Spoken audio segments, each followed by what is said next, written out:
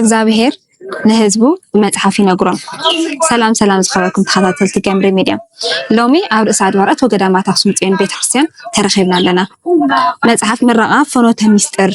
ብቡፅ ኣቦና ኣብነ ኣረጋዊ ዋና ጸሓፊ ቅዱስ ሲኖዶስ ኦርቶዶክስ ተዋህዶ ቤተክርስትያን ትግራይን ሊቀ ጳጳስ ሃገረ ስብከት ካናዳን ተመሪቓ ኣላ። ሙሉእ ትሕዝቶኡ ናባኹም ከነብል ኢና ንሰናጽንሑ። ኣቡነ መቃርዮስ ናይ ማእኸላይ ዞባ ኣክሱም ሃገረ ስብከት ሊቀ ጳጳስ ናይ ቅዱስ ሲኖዶስ ኣባል ብፁዕ ኣቡነ ኣረጋዊ ናይ ካናዳ ሃገረ ስብከት ሊቀ ጳጳስን ዋና ጸሓፊ ቅዱስ ሲኖዶስ ትግራይ ብፁዕ ኣቡነ ሰላማ ናይ ኣውስትራልያን ኒውዚላንድን ሃገረ ስብከት ሊቀ ጳጳስ ኣብ መንበረ ሰላማ ላዕለዋይ ቤተ ክህነት ኦርቶዶክስ ተዋህዶ ቤተ ክርስቲያን ትግራይ ናይ ስብከት ወንጀል ላዕለዋይ ሓላዊ ብፁዕ ኣቡነ ናትናኤል ናይ ምዕራብ ትግራይ ሃገረ ስብከት ሊቀ ጳጳስ ብፁዕ ኣቡነ ያሬድ ኣብ መንበረ ሰላማ ላዕለዋይ ቤተ ክህነት ኦርቶዶክስ ተዋህዶ ቤተ ክርስቲያን ትግራይ ናይ ሊቃውንት ጉባኤ ላዕለዋይ ሓላዊ ኩሎም ናይ ቅዱስ ሲኖዶስ ኣባላት ክቡር ቀሸ ገበዝ ፍስሓ ክቡር መልአከ ምህረት ሓጎስ ናይ መንበረ ሰላማ ላዕለዋይ ቤተ ክህነት ኦርቶዶክስ ተዋህዶ ቤተ ክርስቲያን ትግራይ ምክትል ዋና ስራሕ መካየዲ ክቡር ኣይተ ኣበበ ብርሃነ ምክትል ከንቲባ ከተማ ኣክሱም ክቡር ኮነሬል ተክለ ብርሃን ኣዛዚ ኮር ሰለስተ ሊቃውንተ ቤተ እግዚአብሔር ምእመናን ወምእመናት ወጣት ናይ ሰንበት ትምህርት ቤት ኣባላት ኩልኹም ሚድያታት ደሓን ሓዲራትኩም ደሓን ተቐኒኻትኩም ኣሜን። ናይ እግዚአብሔር ሹም ንዘለኣለም ዝተመስገነ ይኹን። ብፁዕ ኣቡነ መርዓ ክርስቶስ ዋና ስራሕ መካየዲ መንበረ ሰላማ ላዕለዋይ ቤተ ክህነት ኦርቶዶክስ ተዋህዶ ቤተክርስቲያንን ናይ ምስራቅ ትግራይ ሃገረ ስብከት ይመፁ ስለ ዘለዎ ተሲና ብጨብጨባ ንቀበሎም ብጨብጨባ ንቀበሎም ጨብጨብ እንዳበልና ነትዎም ሰኒዩ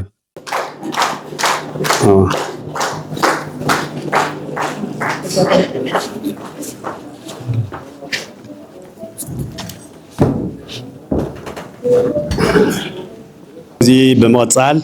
ሎማዓንቲ ተኣኺብናዮ ዘለና ዋላ ዓላማ ፍኖተ ምስጢር ዝብል ብብፁዕ ኣቡነ ኣረጋዊ ናይ ካናዳ ሃገረ ስብከት ሊቀ ጳጳስን ናይ መንበረ ሰላማ ላዕለዋይ ቤተ ክህነት ኦርቶዶክስ ተዋህዶ ቤተክርስቲያን ትግራይ ዋና ጸሓፊ ዝተጻሕፈ ንምምራቕ ስለ ዝኾነ እንኳዕ ፈጸሞም እንኳዕ ደስ በሎም እንኳዕ ናብዚ በፅሖም እስክንበሎም ኩላትና ብተወሳኺ ኣብዚ ቦታ እዚ ኣብ ርእሰ ኣድባራት ወገዳማት ኣክሱም ጽዮን ኣብዚ ናይ ጽላት መንበር ናይ መንበረ ሰላማ መንበር ናይ ቅዱሳን ተሳቱ ቅዱሳን ቦታ ናይ ቅዱስ ያሬድ ቦታ ናይ ንግስተ ሳባ ናይ ቀዳማዊ ምኒልክ ቦታ ናይ ቅዱሳን ነገስታት አብርሃ ወአጽብሃ ናይ አፄ ካሌብ ናይ አፄ ገብረ መስቀል ቦታ አውዚ የዝምርቆ ስለዘወሉ ሞ ምርጫም ከዓ አክሱም ስለዝገበሩ እግዚአብሔር ይሃበልና ኢልና እስክነመስግኖ ናይቲ መጽሐፍ ትሕዝቶ መግለጽ ዝውልና መብራርህ ዝውልና ብፁዕ ኣቡነ ናትናኤል ናይ ምዕራብ ትግራይ ሃገረ ስብከት ሊቀ ጳጳስ ናይ ቅዱስ ሲኖዶስ ኣባል ናብ መድረኽ መጽኦም መብራርህ ክብሉና ብትሕትና ጠይቕ ይቕኒየለ።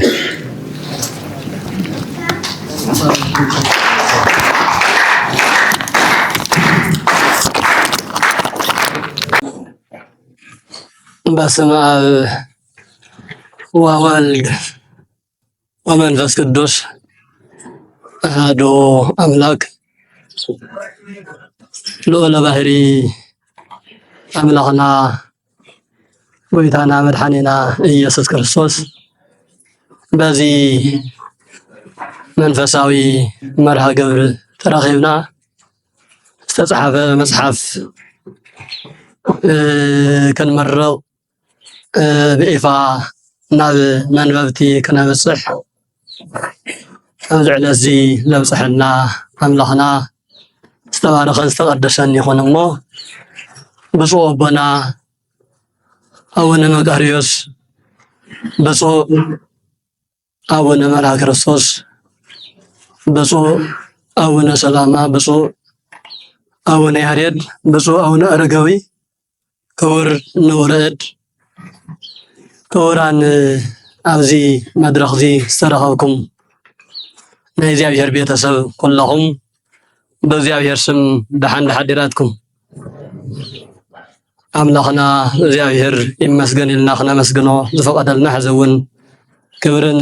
ምስጋናን ንቅዱስ ስሙ ይኹነልና። እሞ ቀጥታ ናፍታ ዋና ሓሳብ ንምእታው ሕዚ እቲ መጽሓፍ ብዋናነት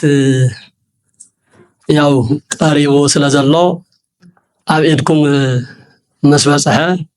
ኣንቢብኩም ትጥቀምሉ እዩ ዝኸውን እምበር ሕድሕድ ናይቲ መጽሓፍ ትሕዝቶ ዳህሳስን ካልእን ንምባል ብዙሕ ግዜ ንወስድ ኣይኮናን። እንተኒእሱ ግን ብኢፋ ብግልፂ ናባና ከም ዝበፅሐ ንምእዋጅ ዝተወሰኑ ነገራት እውን ከም መእተዊ እቲ ዘንብብ ሰብ እቲ ከንብብ ዝደሊ ሰብ ቅድሚ ምግዝኡ ኣብቲ መጽሓፍ ዘሎ ዋና ውሱናት ነገራት ንምጭባጥ ግንዛቤ ንምፍጣር ዝተወሰነ ነገር ክንብል ኢና። እሞዛ መጽሓፍ ካብ ስማ ጀሚሩ ፍኖተ ምስጢር መንገዲ ምስጢር እያ። እቲ ምስጢር ክንደይ ዓይነት ብዙሕ ዓይነት ምስጢር ከም ዘለዎ ይፍለጥ። ብፍላይ ቤተ ክርስቲያንና እንትኸውን ድማ ምስ እግዚኣብሔር ዘራኽብ መንገዲ እዩ። ኣብ ቤተ ክርስቲያን ውሽጢ ምስጢራት እንብሎም ብምልኦም ተጸሚቖም ተደሚሮም ምስ ኣምላኽ ዘራኽቡ ናይ ሰማይ መንገዲ ዘትሕዙ ምስጢራት ብምልኦም እዮም ምስጢር እንብሎም። ካብ ቤተ ክርስቲያን ወፃኢ ዘሎ ምስጢር ምናልባት ንሞት እውን ንኻሊእ እውን ተሓባቢርካ ሓደ ሰብ ንምጥፋእ እውን ምስጢር ጌርካ ዝተሓዘሉ መንገዲ ክህሉ ይኽእል እዩ። ኣብ ቤተ ክርስቲያንና ግን ንድሕነት ናቲ ናይ መጨረሻ ምስ ኣምላክ ዘራኽበና መንገዲ ኢና ምስጢር ንብሎ እሞ እዛ መጽሓፍ እውን ብኡ መሰረት ምስ እግዚኣብሔር ንራኸበላ ናይ እግዚኣብሔር ስርዓትን ሕግን እንፈልጠላ ኮይና ብቋንቋናን ብንርድኦ ሓሳብን ዝተጻሕፈ ስለ ዝኾነት ፍኖተ ምስጢር ክብሉ ኣዘጋጅዮምልና ኣለዉ ብፁዕ ኣቦና። ኣብዛ መጽሓፍ ብወሰንቲ ነገራት ዘለዋ ሰለስተ ቁም ነገራት ኣብ ሓደ መስርዕ ወይ ኣብ ሓደ መስመር ኣብ ሓደ መጽሓፍ ዝተሓቆፋ ማለት እዩ። እዘን ሰለስተ ነገራት እቲ ሓደ ኣሰርቱ ትእዛዛት ኦሪት ኢሉ እውን ናብ ወንጀል እንተይ ተሸረፋ እንተይ ተቐነሳ ናብ ሓድሽ ኪዳን ዝመጽኣ ኣሰርቱ ትእዛዛት፣ ሸውዓተ ምስጢራተ ቤተ ክርስቲያን፣ ሸውዓተ ኣጽዋማት። እዘን ሰለስተ ወሰንቲ ነገራት ኣብዛ መጽሓፍ እዚኣ ብዝግባእ ተኻቲተን ኣለዋ። እታ ሓንቲ መስመር ዝበልናያ እታ ፍኖተ ምስጢር ስርዓተ ቤተ ክርስቲያን እዩ። ኣብ ስርዓት ዘድሃበ መጽሓፍ እዩ። ኣብቲ ስርዓት ውሽጢ ብስፍሓት ተገሊጾም ንረኽቦም ድማ እዞም ሰለስተ ኣሰርቱ ትእዛዛትን ሰብኣቱ ምስጢራተ ቤተ ክርስቲያን፣ ሰብኣቱ ኣጽዋማት እዚኣቶም ኣካቲታ ዝሓዘት እያ። ምናልባት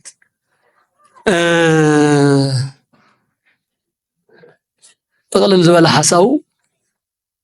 ብዙሓት ጸሓፍቲ ብዙሓት ሊቃውንቲ እንዳርጋ ንዕቆም ዝገደፍዎ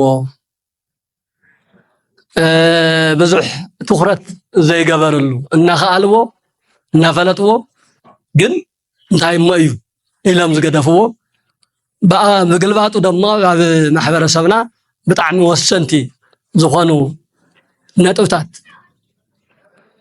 ንዝተምሃረ ኣካል ቀሊል ዝመስሎ ንዘይተምሃረ ኣካል ደሞ ትቕልል ዝበለ ብግልፂ ክርድኦ ዝድለ ነገር እያ ብስፍሓት ኣካሲታ ሒዛ ዘላ ብዙሓት ሰባት ትምህርቲ ከምህሩ ይኹን ገለ ክብሉ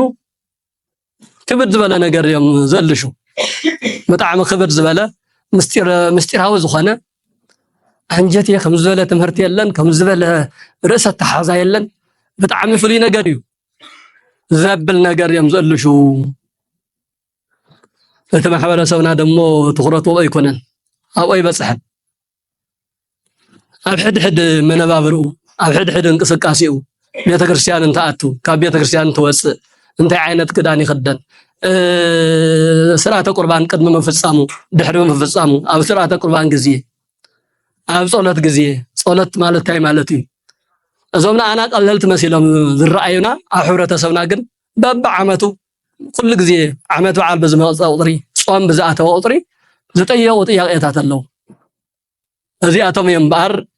ብቅልል ዝበለ መንገዲ ናባና ብመፅሓፍ መልክዕ ተዘጋጅዮም መፅዮም ዘለዉ ስለዚ ካብቶም ኣብ ውሽጢ ዘለዉ ትሕዝቶታት ስኢለ ብገረፍታ መልክዕ ንምርኣይ ኣብዛ ስርዓተ ቤተክርስትያን ኣጠቃሊላ ዝሓዘት እያ ኢልና ኣለና ስርዓተ ቤተክርስትያን ትንብል ቤተክርስትያን ማለት እንታይ ማለት እዩ ክንደይ ትርጉም ኣለዎ ሰለስተ ትርጉም ኣለዎ ኣብ ቤተክርስትያን ውሽጢ ዝፍፀሙ ነገራት ስርዓት ሕጊ ደንቢ ዝመሳሰሉ ኩነታት ብደንቢ ትትንትን እዚ እንትንብል ካብ ኣከዳድና ጀሚሩ ፅርየት ምሕላው ዝንየት ሕልመ ሌሊት ወርሃ ፅግያት ገለ ዝበሃሉ ነገራት ከመይ ከም ዝኽሰቱ እንድሕር ተኸሲቶም ከ ኣብቲ ግዜ ንሱ ቤተክርስትያን ምእታው ይከኣል ዶ ይከኣልን ኣበይ ኮንካ ትሳለም ኣበይ ኮንካ ኣገልግሎት ትረክብ ዝብሉ ነገራት ክምልስ ብዝኽእል መንገዲ ተዘጋጅ ዘሎ እዚ መፅሓፍ እዚ ካብኡ ቀፂሉ እውን ኣብ ቤተክርስትያን ኣብ ስርዓተ ቤተክርስትያን ውሽጢ መስቀል ዓብይ ስፍራ ዓብይ ቦታ ዘለዎ እዩ ነገረ መስቀል እውን ኣብ ውሽጢ ኣብቲ ስርዓት ውሽጢ ኣካቲቱ ሒዙ ኣሎ ነገረ መስቀል እንትንብል ዓይነታት መስቀል ንምሳሌ ዕርፈ መስቀል ኢድ መስቀል ክሳድ መስቀል ኣብ ምንታይ ኣገልግሎት ይውዕሉ መን ከይሕዞም መን ይጥቀመሎም ዝብሉ ነገራት መልሲ ብዝህብ መልክዕ ተዘጋጅዩ ኣሎ ካብኡ እውን ዕፀ መስቀል ብሩር መስቀል ሓፂን መስቀል ወርቂ መስቀል ነሓስ መስቀል ብዝተፈላለየ መልክዕ መስቀል ይስራሕ እዩ ንምንታይ ብዝተፈላለየ መልክዕ ይስራሕ ናይ ብሩር መስቀል ንምንታይ ካበይ ከተረኺቡ ክርስቶስ ዕፀ መስቀል እንዲ ተሰቂሉ ንዝብል መልሲ ካብ መፅሓፍ ቅዱስ ጥቕሲ ብምውሳድ መልሲ ዝተቐመጠሉ ነገር ኣሎ ማለት እዩ ሓሊፉ እውን ኣብ ቤተክርስትያን እንትንኣቱ ኣብ ስርዓተ ስግደት ኣብ ስግደት ዙርያ ዘሎ ነገራት እውን ብደንቢ መብርሂ ይህብ ኣበይ ክንሰግድ ከም ዝግባእ ኣበይ ከይስገድን እንታይ ግዜ ይስገድ እንታይ ግዜ ይስገድን ስግደት ክንደይ ዓይነት ስግደት ኣሎ ከምዚ ናይ ኣምልኮ ናይ ጸጋ ናይ ክብሪ ዝበሃሉ ስግደታት ንመን ከመይ ዝብል ብደንብ ኣስፍሕ ኣቢሉ እውን ገሊፁ ኣርኢና ኣሎ ዝመፅሓፍ እዚ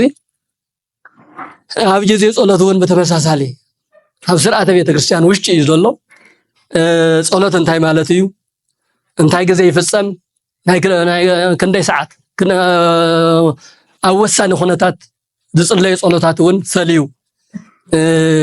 ዘርኢ ኮይኑ ተጻሒፉ ኣሎ ናይ ሓባር ጸሎት ናይ ግሊ ጸሎት ኣጀማምራ ጸሎት ኣብ ማእኸል ጸሎት ድሕሪ ጸሎት ኣፈጻጽማ ጸሎት እንታይ ክመስል ከም ዘለዎ እውን ብስርዓት መልክዕ ኣቐሚጡልና ይርከብ ኢሉ እውን ስርዓተ ምስጢራት ሰባቱ ምስጢራት ተማዓንተ ወዘመልናዮም ሸውዓትዮም ምስጢራት ብምዕራፍ ተኸፋፊሎም ሕፅር ብዝበለ ኣገላለፃ ምስ መፅሓፍ ቅዱሳዊ መብርሂ ተቐሚጦም ኣለዉ ሰብዓተ ኣጽዋማት እውን ብተመሳሳሊ ሸውዓተ ኣጽዋማት ኣለውና ከም ቤተክርስትያንና أوشتو صوم تاي مالتيو ناي قل صوم ناي فقاد صوم ناي حبار صوم ناي أواج صوم زبهالو نقراتون تنتينون مبرهيون أقميتو الله سلازي أبزا مصحف زي أوشت زوم نقرات زيوم تخاتيتو ملو زيوم ناو حدا انت تتقلالو أسرتو تأزازات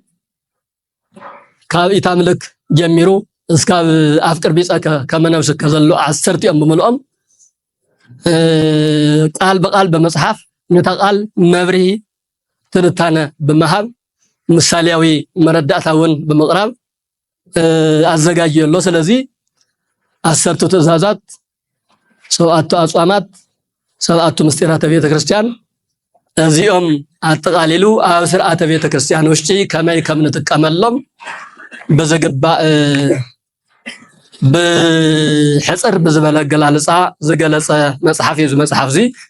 ስለዚህ ካብዚ መጽሐፍ ዚ አመጠቃለሊ አመወዳታ ዝኩሉ ስርዓታትን ተግባራትን ምስ ረአየ እቲ በተጻፈልና መሰረት እንተኸይድና እንታይ ዋጋ ከም ዝህልወና ካኡ ዘንበል ካኡ ወፅንተልና ድማ እንታይ ከም ዝገጥመና ኣብ መጠቃለሊኡ ኣስፊሩ ስለዘሎ ኣብቲ መጠቃለሊ ዝሰፈረ ቃል በቃል አንቢበ እዛ ናይ ሕዚ ፕሮግራም ክወደ እየ ማለት እዩ መጠቃለሊ ይበልሞ ሕግን ስርዓትን ቤተ ክርስቲያን እንኸብር እንተኾይና አምላኽና እግዚአብሔር ነቦታትና ዝሃቦም ቃል ኪዳኑ ሓልዩ ጸጋን በረከትን ይዕድለና ካብዚ ወፃኢ ከየድና ሕግን ስርዓትን ናይ እግዚአብሔር ሕግን ስርዓትን እንተ ዘይኽቢርና ድማ ካብ እግዚአብሔር ዝመጽእ ቁጥዕ ከም ዘሎ ክንፈልጥ ይግባአና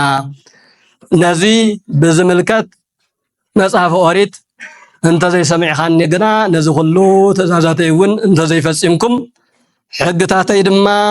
እንተ ዘይንዕኩም እንተኒዕኩም እሞ ኩሉ ትእዛዛተይ ክትፍጽሙ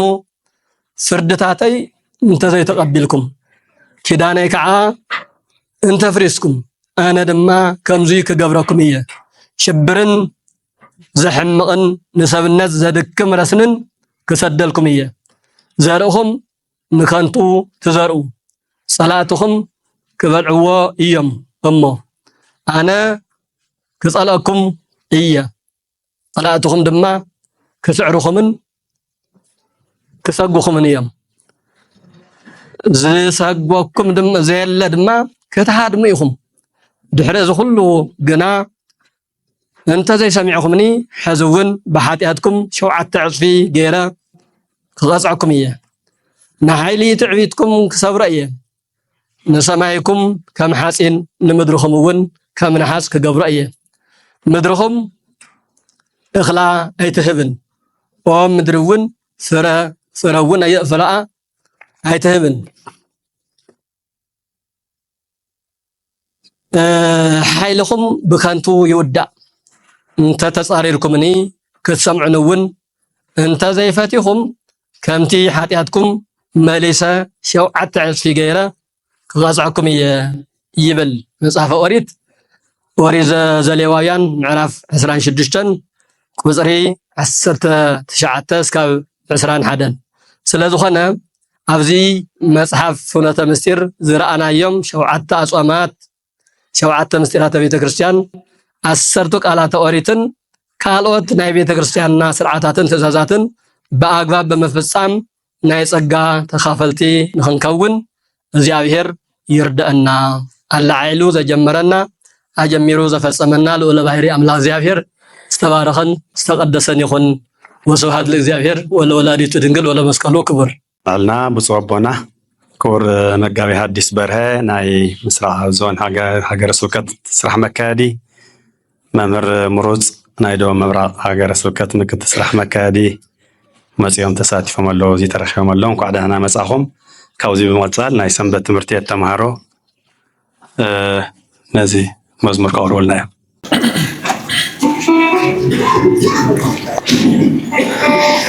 ብፁዓን ኣበው ሊቃነ ጳጳሳት ብፁዕ አቡነ መቃርዮስ ብፁዕ አቡነ ሰላማ ብፁዕ አቡነ ናትናኤል፣ ብፁዕ አቡነ አረጋዊ፣ ክቡር ንብረድ ጎደፋ መርሃ፣ ቄሰ ገበዝ፣ ዝተኸበርኩም አዕይንተ እግዚአብሔር፣ ካህናት፣ ላይካነ ምስጢር፣ ዲያቆናት፣ ምእመናን ወምእመናት ተሓንቲ ሓዲራትኩም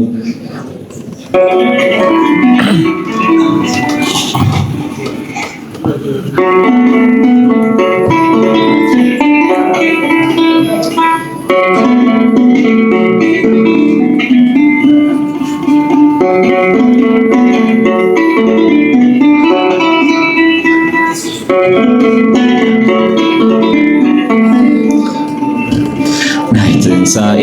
ጎይታ ንሞት ዝሰዓረ ካብ ሙታን ተንሥኡ ኢየሱስ ከበረ ኣይትኣልሽዎ ምስቶም ዝሃረሱ ተላዒሉ እዩ ሕያው እዩ ንሱ ትንሣኤ ጎይታ ንሞት ዝሰዓረ ካብ ሙታን ተንሥኡ ኢየሱስ ከበረ ኣይትኣልሽዎ ምስቶም ዝሃረሱ ተላዒሉ እዩ ሕያው እዩ ንሱ ጨብጨበስ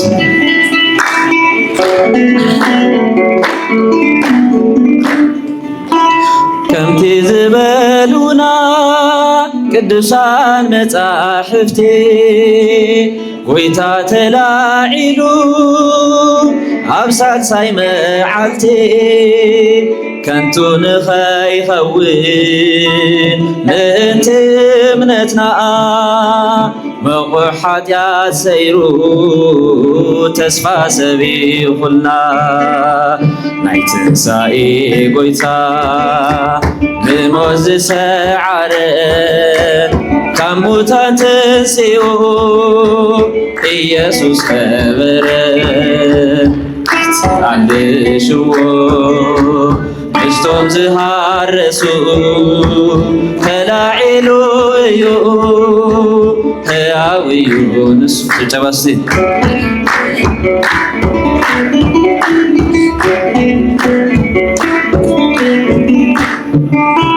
መግደላዊት ማርያም ታይ ትገብረለኺ ተላዒሉ እዩ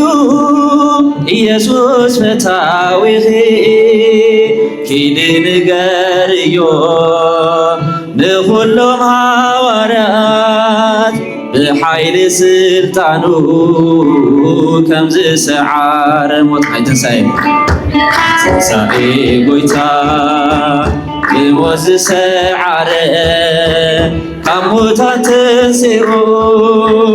ኢየሱስ ከበረ ኣይትኣልሽዎ ምስቶም ዝሃረሱ ተላዒሉ እዩ ሕያው እዩ ንሱ ጭብጨባ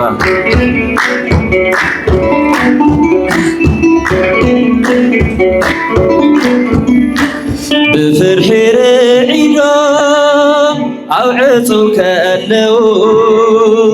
ኢየሱስ ኣተወ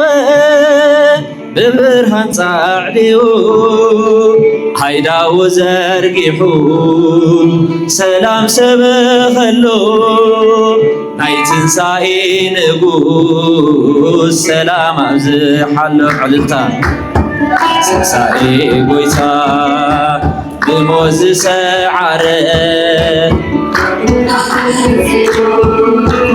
ኢየሱስ ከበረ ኣይትኣልሽዎ ምስቶም ዝሃረሱ ተላዒሉ እዩ ሕያው እዩ ንሱ ዕልልታ ምስጋና እስክን እግዚአብሔር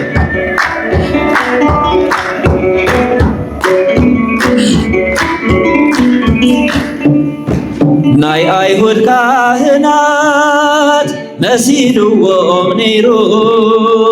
ብእኡ ዝተርፍ ሞይቱ ተቐቢሩ ንሱ ግን ተልዒሉ ናብ ሲኦል ወሪዱ ፍጥረት ነፃ ኾነ ርዮም ችንካር ኢሉ ትንሣኤ ጎይታ ብሞት ዝሰዓረ ካብ ሙታን ተንሥኡ ኢየሱስ ነበረ አንሽዎ ንስቶም ዝሃረሱ ተላዒሉ እዩ ሕያው እዩ ንሱ ናይ ትንሣኤ ጎይታ ብሞት ዝሰዓረ ካብ ሙታን ተንሥኡ ኢየሱስ ነበረ አንሽዎ ንስቶም ዝሃረሱ ተላዒሉ እዩ ሕያው እዩ ንሱ ከመስግኖ ስምካ ደጋጊመ ስምካ ደጋጊመ ስምካ ከመስግኖ ስምካ ደጋጊመ ስምካ ደጋጊመ ስምካ ካብ መዓሪ ጥዕም ካብ ምርፅ ወለላ ካብ መግቢ ንላዕሊ ነፍሰይ የዕንግላ የንቅሖም ህዋሳተይ ንመንፈሰይ ቃንዩ ኣፊትካ የቁመኒ ንምስጋና ፍልዩ ከመስግኖ ስምካ ደጋጊመ ስምካ ደጋጊመ ስምካ ከመስግኖ ስምካ ደጋጊመ ስምካ ደጋጊመ ስምካ ንስዩ ርዌተይ ንጽመይ ዘርስርስ ካልእ ፍጹም የለን ኣብ ውሽጠይ ዝነግስ ሓንሳብ ንሓዋሩ ኣብ ኣፈይ ተሓቲሙ ኩሉ ሻዕ የቁመኒ ዲሙ ደጋጊሙ ስምካ ደጋጊመ ስምካ ደጋጊመ ስምካ መስግኖ ስምካ ደጋጊመ ስምካ ደጋጊመ ስምካ ትመድሓኒ ስምካ ወትሩ ክጽውዑ ዘየቋርስ ሓጎስ ንውሽጠይ ይመሉ ሓይሊ ስምዓኒ ጉልበተይ ይሕድስ ከም ንስሪ መንፈሰይ ሰማያት ይጥሕስ ከመስግኖ ስምካ ደጋጊመ ስምካ ደጋጊመ ስምካ ከመስግኖ ስምካ ደጋጊመ ስምካ ደጋጊመ ስምካ ከመስግኖ ስምካ ደጋጊመ ስምካ ደጋጊመ ስምካ አማን በአማን አማን በአማን አማን በአማን አማን በአማን ተወልደት እመብርሃን ተወልደት እመብርሃን ተወልደት እመብርሃን ተወልደት እመብርሃን አማን በአማን አማን በአማን አማን በአማን አማን በአማን ተወልደት እመብርሃን ተወልደት እመብርሃን ተወልደት እመብርሃን ተወልደት እመብርሃን አማን በአማን አማን በአማን አማን በአማን አማን በአማን ተወልደት እመብርሃን ተወልደት እመብርሃን ተወልደት እመብርሃን ተወልደት እመብርሃን ዝማሬና ይቀበል أفت مئتاوي بزعنا أبوتات رسع له بزعونا مرها كريستوس بزعونا رجاوي بزعونا ناتنائيل يكرتا كاوز لتأدما سواء كان يونجل أبوتاتنا كاوزهم أبوتات زيهم تماهيرنا كالوت بركت زول مصحفتي كنت بقينا نبص أبونا كن كاليوت يسمع لنا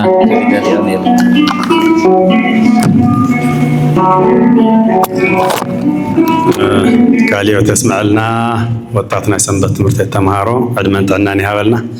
كاوزي كتلو بصو او نسلاما ناي أستراليان نيوزيلاندن هاجر سوكت ليكا باسن ناي منور سلاما العلوي بيتا كنات أرثوذكس تهادو بيتا كريستيان تግራይ ناي سوكت وانجل علوي حلاوي ناي قدس سينودوس أبال أفت مصحف أديوم أستيايت كون أيوم بخبر عدمو لي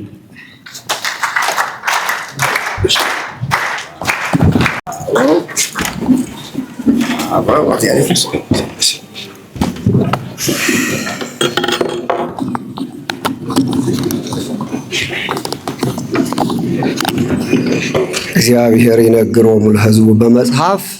ብፁዕ አቡነ አቡነ መቃርዮስ ብፁዕ አቡነ አቡነ መርሃ ክርስቶስ ብፁዕ አቡነ አቡነ ናትናኤል ብፁዕ አቡነ አቡነ አረጋዊ ብፁዕ አቡነ አቡነ ናትናኤል ክቡር ሓውና ንብሮ እድ ክቡር ሓውና ይተኣበበ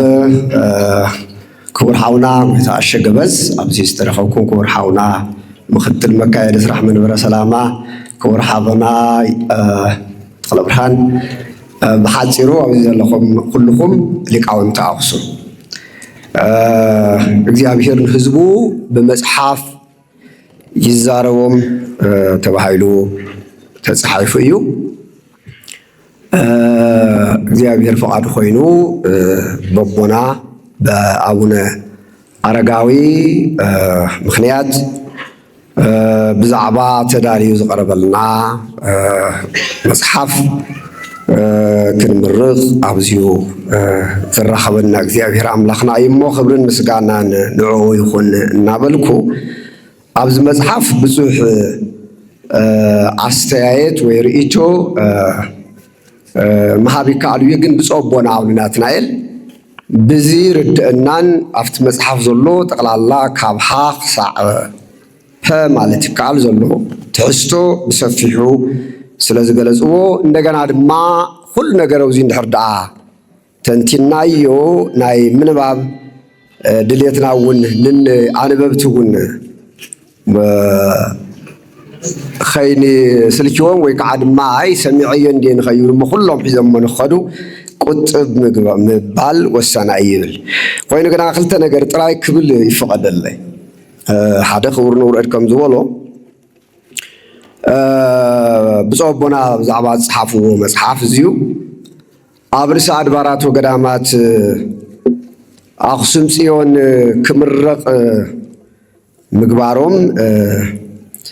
أزيو دسبليو نزي خادما كبرتي هابلنا إلو عنتو غريز أوي حكيو زمت حافظين عاي كلتا نجر يريين حاده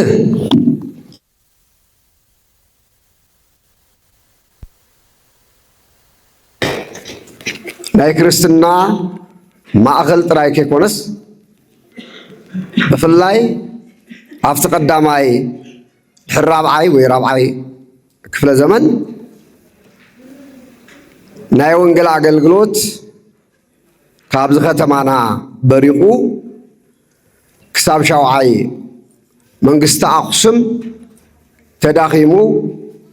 منبر السلام أون تداخيمو كساب سددلو ጊዜ አክሱም አበየናይ ብራኸ ብመንፈሳዊ ዕብየታ ብፖለቲካዊ ትሕዝቶኣ ብዝነበራ ኢኮኖሚያዊ ዓቕማ አበይ ከም ዝነበረ ኩልና ንፈልጦ ስለ ዝኾነ ኣብዛ ዓበየ ቅድሚ እውን ቡልያትን ብምትንታን መጻሕፍቲ ቡልያትን ገንዘብ ጌራ ነራ ታው ከዓ ድሞ ካብ ግሪክ ናብ ግዕዝ ዝተተርጎመ ቅዱሳት መጻሕፍቲ ዝተተርጎሙ ቅዱሳት መጻሕፍት ከማይ ሰትያ ሒዛ ኣብ ዝነበረት ከተማና እሞ ድሕሪ ፍልሰት መንግስቲ ኣኽሱምን ወይ መንበረ ሰላማን ከዓ ድማ እቲ ሊቃውንታ ሰማያ ሰማያት መፂኦም ዝኸድሉ ዝነበሩ ብዙሕ ትንታኔ ሃይማኖታዊን ፍልስፍናን ኣማሊኦም ዝኸዱ ዝነበሩ ኣቦታትና ዝነበርዎ ከተማና ካብ ጊዜ ናብ ጊዜ ግን ንድሕሪት ተመሊሱ ካብ ቀርንነት ናብ ጭራነት መፂኡ ገና ከም ክርስትና ከም ዘይኣተዎም ዓዲ ንክርስትና ንክቕበሉ ወይ ከዓ ኣስተምሮ ክርስትና ንክርድኦም ኣብ ከምኡ ዝበሉ ደረጃ ዘለና ህዝቢ መሲሉ ኮይኑ እውን ጭምር ዘርኢ መፅሓፍ እዩ ትርድእን እንተኾንኩም ተስፋ ገብር ዘርየና እዩ ምክንያቱ እዚ መፅሓፍ እዚዩ ከም ተቦና ኣብናትና ያል ዝበልዎ ኣብ ካሊእ ኣገር ተዝኾን ከማናኣሃት ኣብያተ ክርስቲያናት ከም በዓል ግብፂ ህንዲ ካልኦት እውን ተሪኽምዎን ገና ካብ ጫፍ ናብ ጫፍ ኣብዚ መፅሓፍ እዩ ዘሎ ኩሉ እንተንሪኦ ኣብኡ ዘለው ህፃናት ኦርቶዶክሳውያን ኣበይ ዓለም ዘለው እዚኡ ሓይኾም ውሒጦሞስ በቃሎም ሒዞም ንኻሊእ ዝህብዎ መፅሓፍ እዩ ንሕና ግን ከምቲ ኣቡነናትና ዝብልዎ እዚ መፅሓፍ እውን ከም ዘርድአና ብፁዕ ኣቦና ኣቡነ ኣረጋዊ እውን ብሓቂ እቲ ህዝብና ኣበየናይ ኣብ ኩነታት ከም ዘሎ ሪኦም ኣለዉ ማለት እዩ ገና ሕይሓ ኢሉ ብዛዕባ ትርጉም ቤተ ክርስቲያን ብዛዕባ ቤተ ክርስቲያን ኣቲኻ ከመይ ከም ትሰግድ ከመይ ከም ትጸሊ ብዛዕባ ኣፅዋማት እዚ ኩሉ እዚዩ ክመሃር ብሓቂ እውን ዝግብኦ ናብ ብርኪ ሃሁ ኢሉ ዝጅማር ዝወረደ ህዝቢ ከም ዘለና ፍንቲ ወቢሉ ዘርኢ ስለ ዝኾነ እሞት ኣብ ዝወደቕናዮ ዘለናዮ ድማ ንክንትስእ ግን ዓብዪ ብራኸ መንገዲ ዝኸፍት መፅሓፍ ስለ ዝኾነ ሓደ ብኡ ይርአ እዩ ክንደይ ዝኣክል ትላዕሊ ዝነበረ ምክንያቱ ኣኽሱም ሕጂ በዚ ሰዓት እዚዩ በቲ ዘመን እሱ ኣበይ ፀፍቕን ዓለወት ተኢልኩምኒ ሕዚ ከምዚ ዓይነት ዝበለ ወይ ከዓ ከምዚ ሕጂ ንሪኦ ዝኔና ንዘራረበሉ ከይኮነስ እቲ ዝነበረ ዓቕማን ክእሎታን ቀፂሉ እንተዝኸውን ነይሩ ሎሚ ክፀሓፉ ዝግብኦም ሎሚ ክረአዩ ዝግብኦም ዝነበሩ ዓበይቲ ናይ ምርምር ናይ ስነ መለኮት መፅሓፍቲ ዓበይቲ ካልኣት ዝሓወሰ ኣካታዕትን ተመራመርትን ጠቐምትን ዝኾኑ ዓበይቲ መፅሓፍቲ ዝፀሓፉላ እንታፍተን ኩለን ዓበይቲ ቀደምቲ መናብርት ከምቶም ዓበይቲ ካልኣት ብዩኒቨርሲቲ ደረጃ ስነ መለኮት ኣብዛ ዓበየ ፀፍሒ ኮይና ኣብ ዓብዪ መፅሓፍቲ ትትርጉመሉ ኣብ ዓብዪ ታሪክ ትሰርሐሉ ፀፍእና ሓለወት ደኣ እምበር ኣብዚ ከም ዝበለ ደረጃ ኣይነበረ ስለዚ መፅሓፍ እዚዩ ልክዕ ቅዱስ ጳውሎስ ሃሊበ ወጋእክኩም ምኽላድ ዓፅሚ ክትቁርጥሙ ስለ ዘይትኽእሉ እታ ትኽእልዋ ፃባ ምስታይ ስለ ዝኾነት ሕየ ዝዛረበኩም ዘለኹ ግን እቲ ኣስናንኩም ጋና ዘይጠንከረ ስለ ዝኾነ ፃባ ደኣ ኣስትየኩም ኣለኹ እምበር ዕፅምቲ ክትቁርጥሙ ኣይትኽእሉን ከም ዝበሎ እዚ መፅሓፍ እዚዩ ንጀመርቲ ንዓና ዋላ ዓበይቲ እትኾነ ሓቂ እዩ ዝምጥነና እዩ እዚ መፅሓፍ እዚዩ ታብዚ ተበጊስና ግን ብዝበለፀ ክንከይድ ዝግበኣልና እዩ ዝብል እምነት ኣለኒ ስለዚ ብሓፂር ክጥቕልሎ ከለኹ ናይ ኣቦና መፅሓፍ ኣበይ ከም ዘለና ህዝብና ዘርኢ እዩ ኣቡነናትና ያል ፅቡቅ ኢሎም ማዓንቶ ሕድሕድ ክርስቲያን ገዛ እንተንኸድ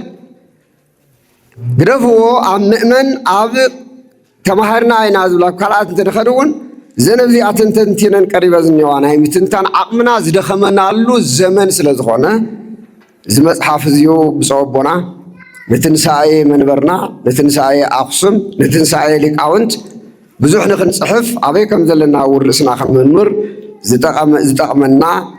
ዓብይ መፅሓፍ ምዃኑ እናመስከርኩ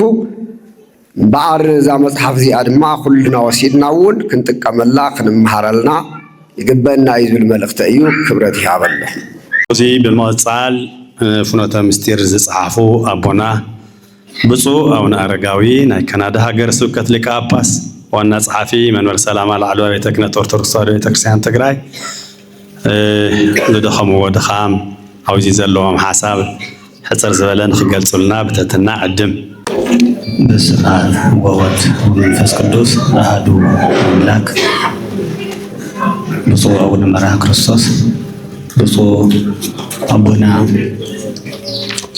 መቃርዮስ፣ ብፁዕ አቡነ ናትናኤል፣ ብፁዕ አቡነ ሰላማ፣ ብፁዕ አቡነ ያሬድ፣ ክቡር ንውረድ፣ ክቡር መጋቢ ሐዲስ፣ ኩልኩም ኣብዚ ዘለኹም ሊቃውንተ ቤተ ክርስቲያን በቢማዕረግኩም እቲ መርሃ ግብሪ ነዊሕ ከይኸውን ሕፃር ዝኣክል ከምቲ ቅድም ዝተነገረ ፍኖተ ምስጢር ተባሂላ ተሰይማ ዘላ ናይታ መፅሓፍ ርእሲ ፍኖተ ምስጢር እዩ።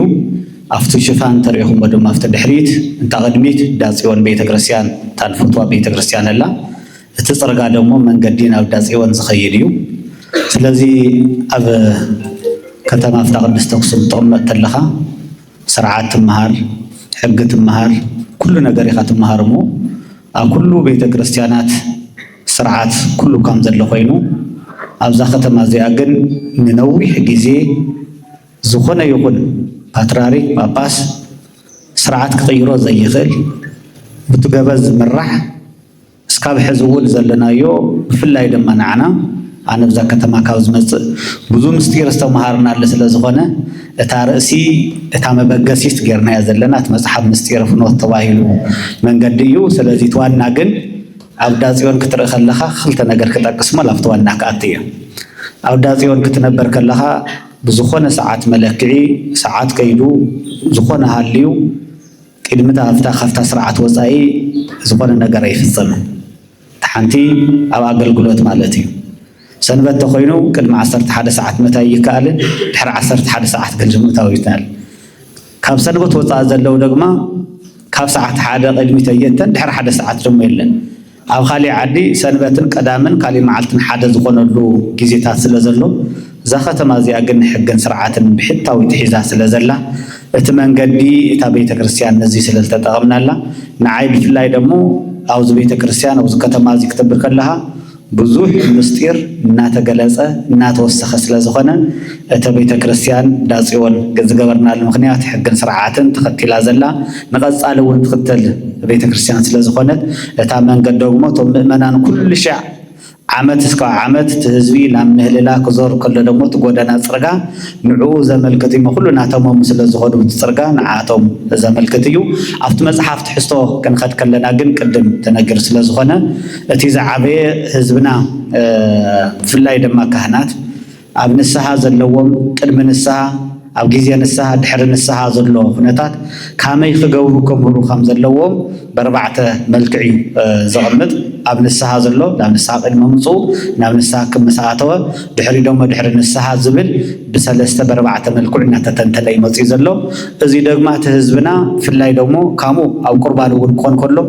ኣብ ቁርባን ቅድሚ ቁርባን ድሕሪ ቁርባን እናበሉ ደግሞ እቶም ዝግበሩ ጥራሕ ምቁራብ ተይኮነስ ኣብቶም ናይ ቁርባና ስርዓት ዘለው ኩነታት ደግሞ ኩሎም ስኢልና ብልምዲ እዚ ይግበርን እዚ ይግበርን እንታይ ኮንስ ኣብዚ መፅሓፍ እዚ ደግሞ ብሙሉኦም ዝተኻተተሉ እዩ። በቃ ኩሉ ፅፍር ላይ ቁራፅ ተኮይኑ ፅፍር ይቁረፅ ክዳን ዘይቅየር ኮይኑ ኣይቅረፅን ኢሉ እቲ ሕጊና ዳፅዮን ዘሎ ናይቲ ሕጊና ናይ ቤተክርስቲያን ሕጊ ስርዓት ገሊፁ ዘብራህርህ እዩ። ስለዚ ትሕዝትኡ ሰፊሕ እዩ። ኣብዚ ከም ተቀደም ብፁዕ ናትናኤል ዘብልዎ ሰፊሕ እንተብሪህናዮ እዚ እንታይ ኢልና ንሕና ብብዙሕ ኢና ሓሲብና ነርና ሰዓት ነገር ግን መፅሓፍ ቀፃሊ ሰፊሕ ብዝኾነ መብራህርሂ መንእሰይ ኣክሱም ካህናት ኣክሱም ምእመናን ኣክሱም ኣብ ሰፊሕ ኣዳራሽ ኮይና ናት ምሰንበው ኩሞት ሕዝቱ ከመይ ከም ዝኾነ ምይይጥ ክንገብረሉ ኢና ስለዚህ ኣብ ቀጻሊ ክንራኸብ ኢና እዚ መጽሓፍ እዚ ኣንብብዎ ተጠቐሙሉ ብሬስታት ተልኩም ደግሞ ኣብቲ መጽሓፍ ሰብ ስልክ ቁጽሪ ኢሜል ስለዘለዎ ወክልና ስለዚህ ኩልኩም ፍላይ ድማ ንርሳ ኣድባራት ወገዳማት ኣክሱም ጽዮን ንብፃን ኣበው ሊቃነ ጳጳሳት ንማሕበር ርሳ ኣድባራት ወገዳማት ከምኡ ድማ ኣብዚ ጉባኤ እዚ ናይ መምህር ተመልሳን ተምሃሮ ሊቃውንቶ እዚ ዘለኹም ድማ ኩልኩም ነዚ በዓል እዚ ነዚ መፅሓፍ ኢልኩም ብክብሪ ንዝመፃኹም ኣሕዋትናን መደተን ቤተሰብናን ብጣዕሚ ኣዝየ የመስግን እግዚኣብሔር ይባርኸና ብፁዕ ኣቡነ መቃርዮስን ብፁዕ ኣቡነ መርሃ ክርስቶስን ይመርቁልና ይበሃል ኣሎ እግዚአብሔር ወሃቤ ጥበብ ዜናዊ ክርስቶስ አምላክ መድኃኒትና ኢየሱስ ክርስቶስ አብዞም አሕዋትና ወናኦና አረጋዊ ሓዲሩ እዞም ብሉያት መጻሕፍትን ሐዲሳትን ካብኣቶም ተይወፁ ናታቶም ኣሰር ሓደ ዝነበረ 10 ንኽኸውን ንኽባዛሕ ኣእምሮ ከፊቱ ንኣቶም ከፊቱ ኣላህ ዓይሉ እግዚአብሔር ነዚ ዘብቅዖም እግዚአብሔር የፍጽሞም እቲ መጽሐፍ ደሞ ኣብ ስራሕ ውዒሉ እንመሃረሉ ይግበረና ስለዚህ ካብቲ መጽሐፍቲ ብሉያትን ሐዲሳትን ተይወፀ ኩልና እንተባዛሕናዮ ዝበለፀ ይኸውን መጽሐፍቲ ኩሉ ተቐሚጡ ዘሎ ከምኡ ሊቃውንቲ ጽሒፎም ዘቐመጥዎ ስለ ዝኾነ ከምኡ እናተባዝሐ በጸላእቲ ናይ ቅድም ዝነበሩ ብዙሕ መጽሐፍቲ ጠፊኡ እዩ ንውጭ ሃገር ከይዱ እዩ ተሸይጡ እዩ በየኣብያተ ክርስቲያናቱ ሕይ ድማ እቲ መጽሐፍቲ ኣብ ኣእምሮ ናይ ሰብ ስለ ዘለዉ ሊቃውንቲ እናረአዩ እንተፀሓፍዎ ከምዚ ተተባዝሐ ፈቃደኛታት ስለ ዝኾና እግዚአብሔር የስምሮ እግዚአብሔር ይባርኮም ነቶም ዝሰርሕውኒ እግዚአብሔር ودم مزوسخ يقورم እግዚአብሔር ክንዱ ዝውስኽ ይቆረም ታይምሮም ናሰፍሐ ናገፈይ ኸይድ እግዚአብሔር ሃገርና ሰላም ይግበረልና ቅዱስ እግዚአብሔር ይቀድሶም ንጹህ እግዚአብሔር ንጽህና ቅድስና ይሕድረሎም ሐሳቦም ኩሉ ተቃንዐት ተሳኺዕ ይግበረሎም ኣብዚ ተሰብሰብና ህዝብ ኩልና ውኒ እዚ ንኹን ገዝኦ የመቕሪቦም መዝኔ እሺ ተመሪቕ ኣሎ እልል ወልብ